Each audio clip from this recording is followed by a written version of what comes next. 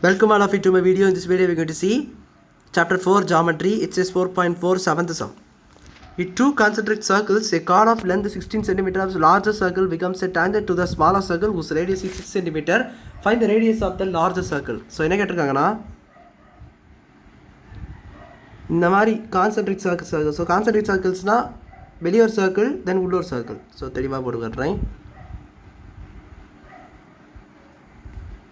வெளியே ஒரு சர்க்கிள் தென் உள்ள ஒரு சர்க்கிள் இந்த மாதிரி இருக்கும். ஸோ இந்த மாதிரி ஒரு கான்சென்ட்ரிக் சர்க்கிள்ஸாக இருக்குது. ஸோ இதில் என்ன கொடுத்துருக்காங்கன்னா chord of length 16 cm. So இப்படி ஒரு கார்டு இருக்குது. ஸோ கார்டுன்னு உங்களுக்கு தெரியும், டச் ஆகிட்டு போகிறது. ஸோ இந்த மாதிரி ஒரு எண்டில் இருக்குது, அதுதான் card.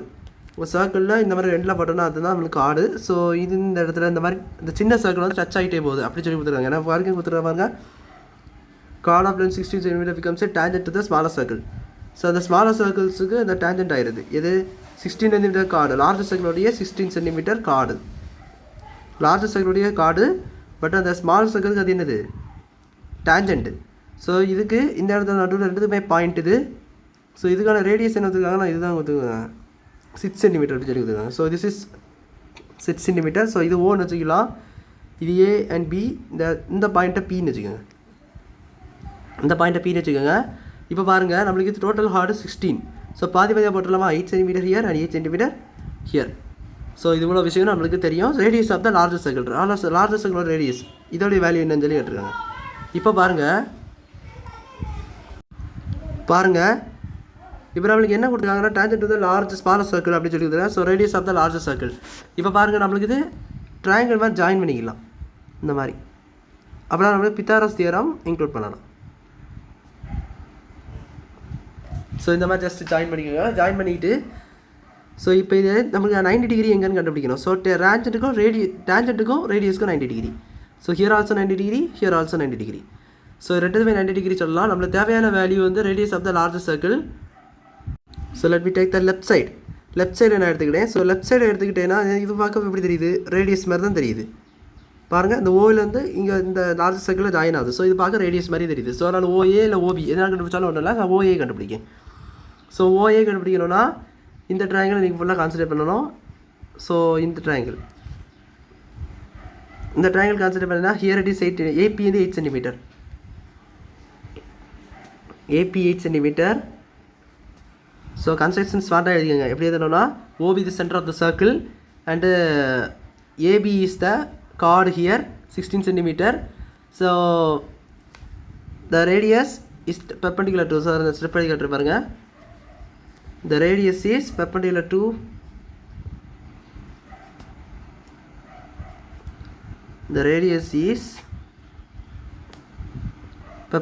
to the tangent AB. So AB tangent யாருக்கு, சின்ன சர்க்கிள் ஸ்மாலர் சர்க்கிள், அதோடைய டேஞ்சன்ட்டு. ஸோ என்ன சொல்லலாம்னா ஓபி. ஸோ அந்த பாயிண்ட் பின்னு வச்சுக்கோன்னா ஸோ பெர்பெண்டிகுலர் டு ஏபி. அப்போ என்ன சொல்லலாம்னா இது இப்படி எழுதிட்டு இதை வச்சு நம்ம என்ன சொல்லலாம், and P becomes mid point.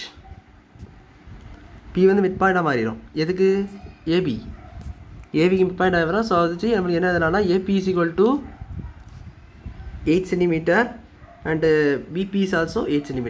நம்மளுக்கு தேவையான வேல்யூ பாருங்கள், நம்ம லெஃப்ட் ஹேண்ட் சைடு எடுத்து ப்ரூவ் பண்ண சொல்லியிருந்தோம். ஸோ அதனால் என்னதுனா by Pythagoras theorem in triangle